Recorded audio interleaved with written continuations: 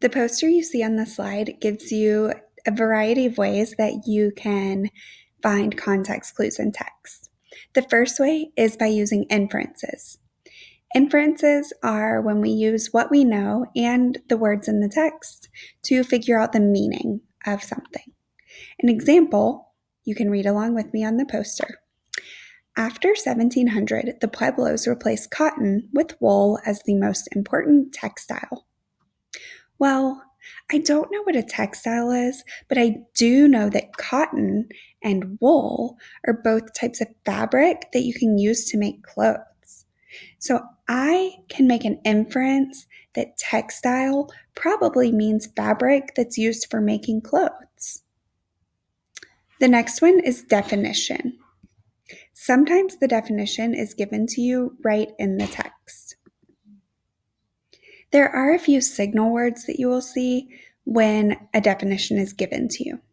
Some of those are are, is called, means, or. An example, brick made of clay is called adobe. While I may not know right away what adobe means, I see the signal words is called, and that tells me to look for a definition because is called signals that they've already explained it with a definition. Brick made of clay is called adobe. So now I know exactly what adobe is. E is for example. Several examples in a list. Signal words are such as, for instance, like, or including. An example, the Pueblo people grew many crops such as corn, beans, and squash. I see the word such as and then a list of words following it. And I know that all of those words in that list are vegetables or foods. So I can assume that crops are foods. And I know all of those foods grow from the ground. So maybe crops are foods that grow from the earth. The A here is for antonym. So sometimes in a text, just like we watched in the Brain Pop video, you'll have a word that means the opposite in the sentence. You'll see words like but, however, unlike, or although when there's an antonym present. An example, the Hopi lived in single-family homes, but the Iroquois lived in longhouses.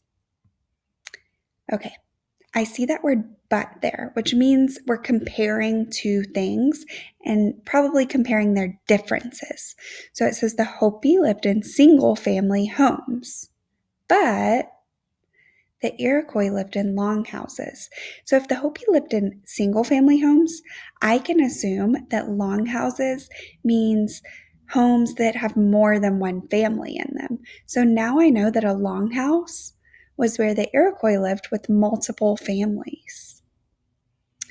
And last, S is for synonym. Synonym is a word that means a similar thing to another word. Synonym, a word with a similar meaning. Signal words, also, as, like, same, similarly, or to. Example, the Zuni built their homes with brick made of clay. The Hopi also used adobe to build their homes.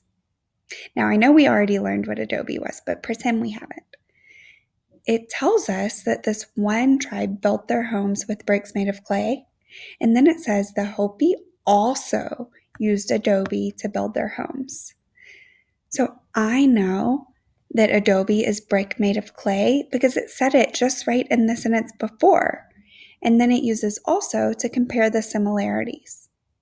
So I know that adobe is synonymous or is a synonym with brick made of clay.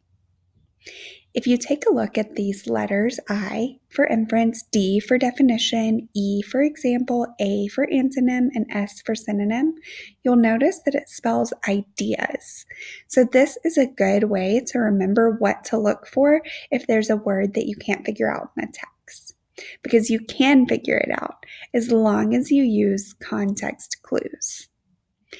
And like they said in the Brain Pop video, sometimes there just aren't enough clues or there's not enough context to figure out a word, and that's okay too. You can use a dictionary or dictionary.com, or maybe even ask a friend or a parent or a teacher what a word means, but not until you've tried to figure it out with context clues.